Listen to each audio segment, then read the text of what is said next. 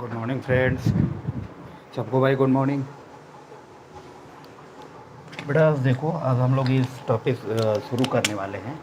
क्या क्या रहेगा? माध्य, माध्यिका, बहुलक, परिसर, प्रसरण, मानक विचलन और विचरण गुणांक। माध्य मीन, माध्यिका मीडियन, बहुलक मोड, परिसर रेंज, प्रसरण वेरिएंस, मानक विचलन एसडी और हमारा विचरण गुणांक। इस टॉपिक पे हम आज पूरा डिस्कस करेंगे, ये टॉपिक ख़त्म करेंगे। ये बहुत ही इंपॉर्टेंट टॉपिक है जिसमें रेलवे में एंड सीबीटी 2 में भी क्वेश्चन 1-2 नंबर के आते हैं। अब बाकी लेखपाल आपका यूपी स्टेट्स के जितने भी एग्ज़ाम है उसमें ये सब सारे चीज़ पूछी जाती है। तो देखो दिया हुआ है, जैसे ये आंकड़े दिए हुए हैं, आंकड़े दिए हुए हैं। सबसे पहले हम माध्य निकालना सीखेंगे। माध्य पूछ रहा है, काम माध्य बताइए। इसका अगर हमें माध्य निकालना हो तो क्या करते हैं? देखो फार्मूला होता है माध्य का, माध्य बराबर आंकड़ों का योग बटे आंकड़ों की संख्या। यही देखो माध्य का फार्मूला होता है। माध्य का फार्मूला क्या होता है? माध्य का फार्मूला होता है आंकड़ों का योग बटे आंकड़ों की संख्या। ये आंकड़े दिए गए हैं, आंकड़े दिए गए हैं, इनका योग करेंगे। क्या योग होगा? 10 प्लस 11 प्लस 9 प्लस 11 प्लस 9। आंकड़ों की संख्या कितनी आंकड़े हैं? 1 2 3 4 5। बस ये हमारा माध्य निकल जाएगा। फार्मूला है, सारे जितने ये चीज़ हमने बताया ये फार्मूला बेस है। जैसे माध्य निकालना है, माध्य का फार्मूला क्या हुआ? आंकड़ों का योग बटे आंकड़ों की संख्या। आंकड़े दिए हुए हैं, आंकड़े को हमने प्लस किया अपन आंकड़ों की संख्या। कितने आंकड़े हैं? 1 2 3 4 5 अपन में 5 कर दिया। अब इसको हम ऐड करेंगे, कितना आएगा? 11 9 20 20 40 10 50। 50 अपान 5 इक्वल आ गया 10। यही हमारा हुआ माध्य। माध्य हमारा कितना है? आ गया इसका 10। क्लियर? माध्य निकाल लोगे अब सब लोग। माध्य के लिए सिंपली फार्मूला है आंकड़ों का योग बटे आंकड़ों की संख्या। अब इसके थ्रू माध्य निकाल सकते हो। ठीक है। अब देखो दूसरा हम सीखते हैं माध्यिका। जैसे यही आंकड़े दिए हैं, इनका अगर हमें माध्यिका निकालना हो तो माध्यिका में देखो क्या होता है। माध्यिका मतलब देखो, इसके समझने से ही आ रहा होगा, मीडियन। मीडियन मतलब होता है बीच वाली संख्या। जैसे ये देखो 2 1 2 3 4 5 नंबर्स है, तो इसको पहले हम आरोही या अवरोही क्रम में लिखेंगे, मतलब असेंडिंग या डिसेंडिंग ऑर्डर में। जैसे आप लोगों को पता होगा असेंडिंग ऑर्डर क्या होता है, डिसेंडिंग ऑर्डर क्या होता है, तो हम बता दें। असेंडिंग ऑर्डर बढ़ते हुए क्रम में, मतलब असेंडिंग ऑर्डर पता होगा ना। असेंडिंग ऑर्डर मतलब छोटा, फिर उससे बड़ा, उससे बड़ा, उससे बड़ा, मतलब बढ़ते हुए क्रम में, छोटे से बड़े के क्रम में। और डिसेंडिंग ऑर्डर घटते क्रम में, मतलब पहले बड़ा, फिर उससे छोटा, उससे छोटा, उससे छोटा। इस तरह हम डिसेंडिंग ऑर्डर करते हैं। तो इस जो नंबर दिया रहेगा इसको हम क्या करेंगे? सबसे पहले असेंडिंग या डिसेंडिंग ऑर्डर में लिखेंगे। ठीक है, तो इसको हम सबसे पहले लिखते हैं असेंडिंग ऑर्डर में।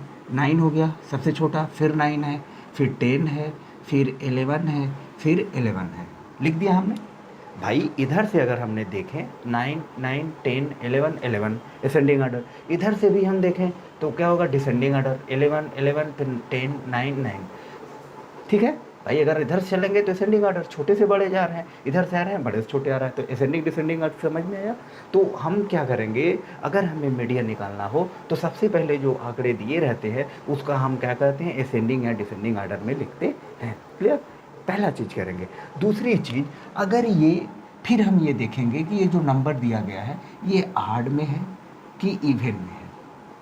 ऑड इवन का मतलब समझे क्या सेंस है? ऑड इवन का मतलब जैसे इसको काउंट किया 1 2 3 4 5, 5 आया, 5 आया, तो ये क्या है? हमारा ऑड है, विषम संख्या है, सम नहीं है। जब ऑड है तो ठीक बीच वाली संख्या हमारी क्या होगी? माध्यिका होगी। जैसे देखो 2 इधर से ले लिए, 2 इधर से लिए, बीच वाली है, ये बीच हो गया।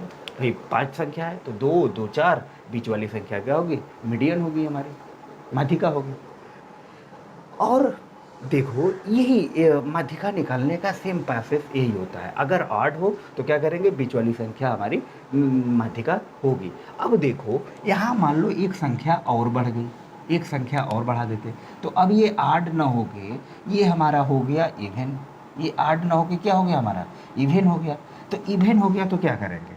तो इवन हो गया, काउंट करेंगे 1 2 3 4 5 6 संख्या है, तो क्या हो गया? हमारा इवन हो गया। जब इवन हो गया तो बेटा 2 इधर से लेंगे, 2 इधर से लेंगे, बीच की ये जो दोनों संख्या बचेगी इसको हम क्या करेंगे, ऐड करके 2 से भाग दे देंगे। 9.5 ये हो गई हमारी माध्यिका। क्लियर, समझ में आया तुम लोगों को? देखो माध्यिका निकालने का 2 प्रोसेस रहा। पहला प्रोसेस क्या रहा कि माध्यिका को हम पहले असेंडिंग या डिसेंडिंग आर्डर में लिखेंगे। असेंडिंग मतलब घटते क्रम में, डिसेंडिंग मतलब बढ़ते क्रम में, किसी भी आर्डर में हम लिख सकते हैं। ठीक है, तो हमने क्या किया, असेंडिंग आर्डर में लिखा। फिर उसके बाद हम देखेंगे ये नंबर्स कितने हैं, नंबर्स को काउंट करेंगे, जो आंकड़े दिए गए हैं उसको काउंट करेंगे। अगर वो आड है, आड मतलब विषम है, अगर वो आड है तो क्या करेंगे, ठीक बीच वाली संख्या ही हमारी क्या होगी, मीडियन होगी। ठीक बीच वाली संख्या हमारी क्या होगी, मीडियन होगी। अगर वो इवन है तो इधर से हम बराबर काउंट करेंगे, इधर से बराबर काउंट करेंगे। बीच की जो 2 संख्या बचेंगी उस दोनों का योग करके हम 2 से क्या करेंगे, डिवाइड कर देंगे, वो हमारी आ जाएगी मीडियन। वो हमारी क्या हो जाएगी, मीडियन। क्लियर, समझ में आया? हमने 2 चीज़ बताया, क्या क्या बताया बेटा, माध्य बताया, माध्यिका बताया।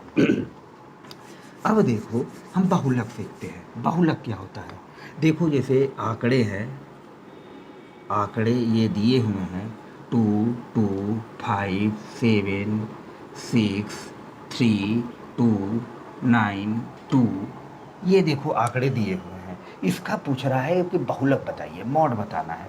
तो बहुलक देखो क्या होता है, बहुलक कि जो सबसे ज़्यादा बार रिपीट हुई रहेगी संख्या, सबसे ज़्यादा बार जो आएगी रिपीट होगे, वही हमारा बहुलक कहलाता है। उसी को हम क्या बोलते हैं, बहुलक बोलते हैं, जो सबसे ज़्यादा बार रिपीट हो। तो यहाँ देखो 2, वो यहाँ आया है, यहाँ आया है, यहाँ आया है, यहाँ आया है। 2 हमारा कितना टाइम्स है, 1 2 3 4 टाइम, और 4 टाइम्स कोई नंबर्स नहीं आई है, अतः इसका बहुलक क्या होगा, 2 होगा। बहुलक भी आसान है, इजी है। मॉड कैसे निकलता है बेटा, मॉड आंकड़े जो दिए रहेंगे, जो भी डेटा रहेंगे, उसमें हम देखेंगे कौन सा नंबर सबसे ज़्यादा बार रिपीट हुआ है। जो सबसे ज़्यादा बार रिपीट हुआ होगा वही उसका क्या कहलाएगा बेटा, बहुलक कहलाएगा। क्लियर, समझ में आया? हमने क्या, बहुलक। अब हम आते हैं देखो परिसर। परिसर देखो परिसर कैसे निकलता है। इसी में देखो जैसे ये आंकड़े दिए गए हैं, इसका पूछ रहा है परिसर बताओ, या इसका पूछ रहा है परिसर बताओ। तो परिसर कैसे निकलता है, रेंज। रेंज देखो, रेंज निकालने के लिए परिसर का एक फार्मूला होता है, परिसर। परिसर होता है ज़्यादा ऋण कम। इसको समझने के लिए तुम लोग लिख लो, ज़्यादा ऋण कम क्या है ये मैं अभी बताता हूँ। देखो परिसर का मतलब ज़्यादा ऋण कम। परिसर ये क्या है, ज़्यादा मतलब इस आंकड़े में देखेंगे सबसे बड़ी संख्या कौन है, सबसे बड़ी संख्या कौन है। सबसे बड़ी संख्या क्या है, 9 है। सबसे छोटी संख्या कौन है, 2 है। 9 में से 2 घटा देंगे 7, यही हमारा आएगा रेंज, जिसको हम बोलते हैं परिसर। परिसर निकालने आ गया। परिसर में क्या होता है, जो आंकड़े दिए रहेंगे सबसे ज़्यादा में से सबसे कम को हम माइनस कर देंगे, हमारा आ जाएगा रेंज। क्लियर, चलो इतना समझ में आया। अब देखो एक मैं तुम लोगों को, अब देखो माध्य, माध्यिका और बहुलक में एक रिलेशन होता है। क्या होता है ये भी समझ लो। बहुलक बराबर 3 माध्य ऋण 2 माध्य का, अरे गड़बड़ लिखी, 3 माध्यिका ऋण 2 माध्य।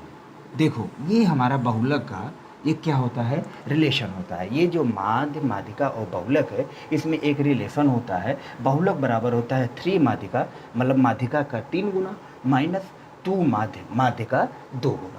ये हमने इसलिए फार्मूला बताया कि इसमें मान लो अगर क्वेश्चन डेटा ना दे के माध्यिका इतनी है, कोई मान लो इस डेटा का माध्यिका इतनी है, माध्य इतना है, बहुलक बताइए, तो आप इस फार्मूले से फाइंड आउट कर लोगे। क्या होगा, बहुलक बराबर 3 माध्यिका मतलब 3 मीडियन, माध्यिका का 3 गुना और माध्य का 2 गुना में से माइनस करने पे जो है हमारा बहुलक प्राप्त होता है। क्लियर, समझ में आया?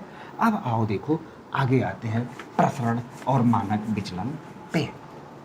देखो जो ये प्रसरण और हमारा मानक विचलन है, इसमें भी एक रिलेशन होता है। प्रसरण और मानक विचलन में क्या होता है? एक रिलेशन होता है। देखो होता है प्रसरण, प्रसरण बराबर मानक विचलन का होल स्क्वायर, ये फार्मूला होता है। प्रसरण बराबर मानक विचलन का होल स्क्वायर। देखो ये फार्मूला होता है प्रसरण बराबर, प्रसरण और मानक विचलन में एक फार्मूला होता है। क्या होता है? प्रसरण बराबर मानक विचलन का होल स्क्वायर। अब यहाँ से देखो, जैसे हमें मानक विचलन निकालना हो तो एक फार्मूला और बन जाएगा। मानक विचलन बराबर क्या हो जाएगा?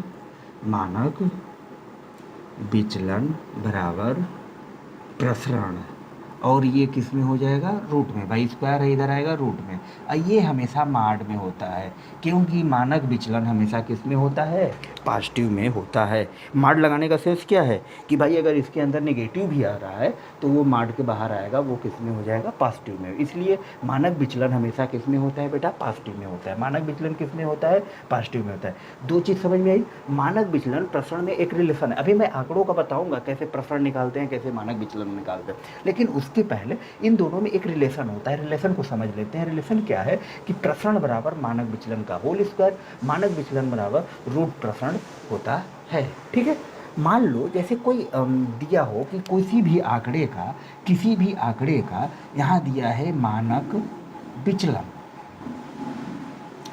मानक विचलन कितना है? 16 है या 6 है। मान लो मानक विचलन 6 है, तो हमसे प्रसरण पूछ रहा है। अगर ये सवाल हो, प्रसरण पूछ रहा है, इस टाइप का सवाल दिया हो तो नहीं निकाल लोगे भाई। प्रसरण बराबर होता है मानक विचलन का होल स्क्वायर। 6 का स्क्वायर कर देंगे, कितना आ जाएगा? 36। हमारा प्रसरण निकल जाएगा। क्लियर? अगर मान लो इस टाइप का सवाल दिया हो कि प्रसरण जो है, किसी भी प्रसरण जो है वो कितना है? 36 है, तो मानक विचलन बताइए। प्रसरण कितना है? 36 है, तो मानक विचलन बराबर क्या जानते हो? मानक विचलन बराबर रूट प्रसरण माड में होता है, तो माड में हो जाएगा 36, और ये 36 बाहर आएगा 6, माड के बाहर आएगा पॉजिटिव ही रहेगा हमेशा, हमने बताया। तो मानक विचलन कितना हो गया? 6। मानक विचलन कितना हो गया? 6। क्लियर? समझ में आया? प्रसरण और मानक विचलन में एक रिलेशन होता है। क्या होता है? प्रसरण बराबर मानक विचलन का होल स्क्वायर, मानक विचलन बराबर रूट प्रसरण। ठीक है, और ये हमेशा पॉजिटिव होता है। अब हम देखो अगला चलेंगे, इससे निकालने सीखेंगे कैसे ये निकलता है। जैसे ये दिया है का मानक विचलन बताओ, ये पूछ दिया क्वेश्चन, का मानक विचलन बताओ।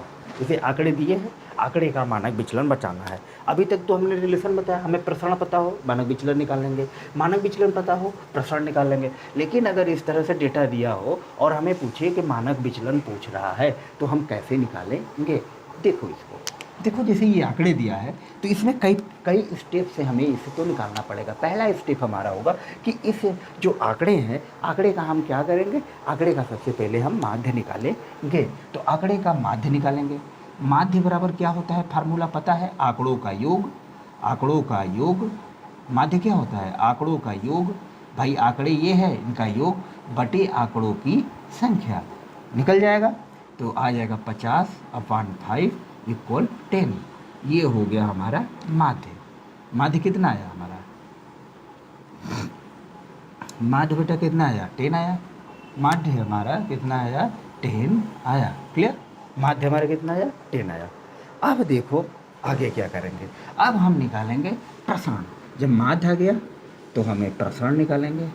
प्रसरण कैसे निकलता है ये देखो प्रसरण निकालने के लिए क्या करेंगे? ये जो देखो प्रसरण कैसे निकलता है। प्रसरण निकालने के लिए जो माध्य है, माध्य में से आंकड़े को हम घटाएंगे। 10 - 10 का होल स्क्वायर, फिर प्लस। भाई देखो ये माध्य हो गया, 10 लिया। ये पहला आंकड़ा क्या है? 10 है। 10 में से 10 को माइनस करके हमने क्या कर दिया? इसका स्क्वायर। फिर हम ऐड करेंगे। फिर माध्य कितना है? 10 है। 10 में से हम किसको घटाएंगे? 11 को। 11 को हमने माइनस किया का होल स्क्वायर। फिर कितना है माध्य? 10 है। 10 में से 9 को हम ऐड करें, घटाएंगे, फिर 1। फिर प्लस 10 है। 10 में से 11 को घटाएंगे, प्लस 1। फिर है 10 - 9 को घटाएंगे, ये हो गया बटे कितनी बार? 1 2 3 4 5। 5 टाइम्स। ठीक, समझ में आया? देखो, प्रश्न निकालने के लिए सबसे बेहतरीन है कि पहले हम माध्य निकालेंगे।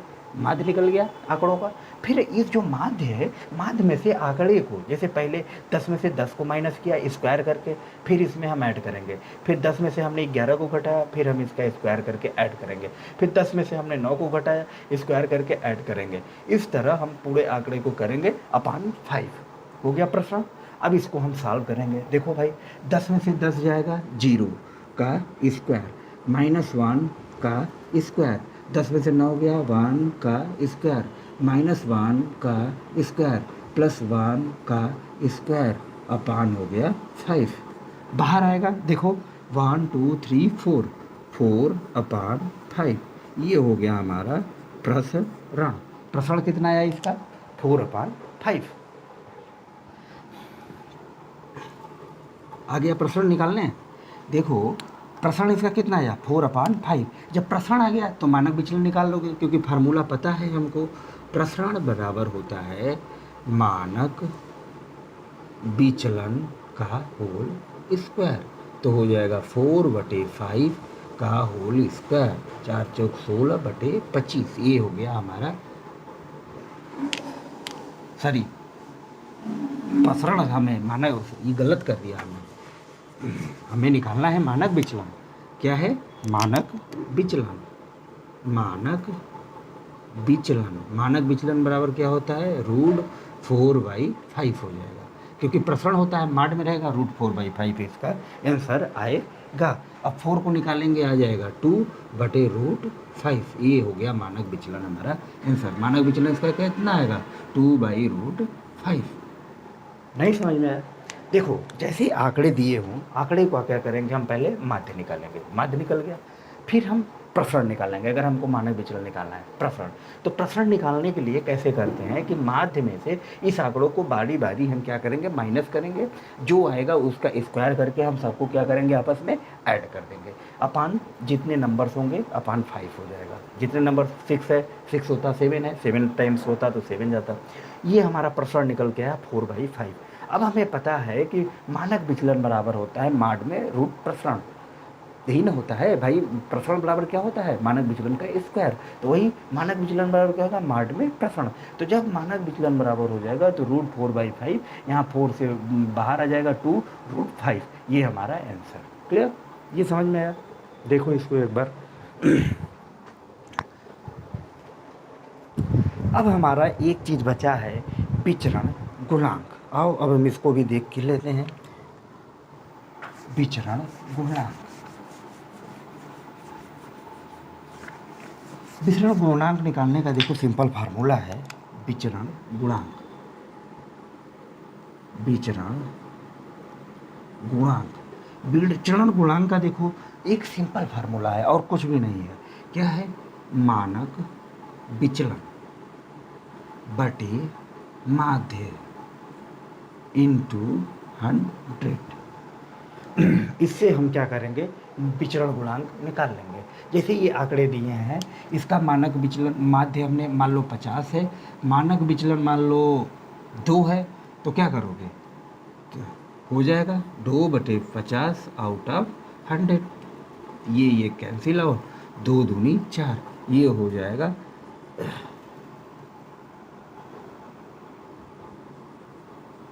विचरण गुणांक। ये हमारा हो जाएगा विचरण गुणांक। समझ में आया? इजी है ना? देखो, विचरण गुणांक का सीधा फार्मूला है मानक विचलन बटे माध्य आउट ऑफ 100। मानक विचलन अगर आंकड़े दिए रहेंगे तो मानक विचलन निकालने का हमने बताया कैसे निकालते हैं। निकालने के बाद माध्य निकाल ही लोगे, अपान 100 कर दो। अगर आंकड़े नहीं दिए हैं, सीधे दिया हो मानक विचलन इतना है, माध्य इतना है, तो जैसे यहाँ पे था मानक विचलन मैंने 2 माना, माध्य हमारा 50 है, तो 2/50 आउट ऑफ 100 कर देंगे, आंसर निकल जाएगा। क्लियर? अतः ये सारे टॉपिक्स हमारे तैयार हुए, माध्य, माध्यिका, बहुलक, परिसरक, प्रसरण, मानक विचलन और विचलन गुणांक। आप लोग इसकी अच्छे से प्रैक्टिस करिए और ये 2 से 3 नंबर क्वेश्चन आप लोगों का श्योर होना है। अगर आप इसको, छोटे छोटे टॉपिक्स है, छोटे छोटे फार्मूला हैं, आप इसको एक बार प्रैक्टिस कर लेते हैं तो 3-4 नंबर आपके बहुत ही ईजी वे में बन जाएंगे एग्ज़ाम में। चलिए फिर हम मिलते हैं नेक्स्ट क्लास में नेक्स्ट वीडियो के साथ। तब तक के लिए बाय बाय।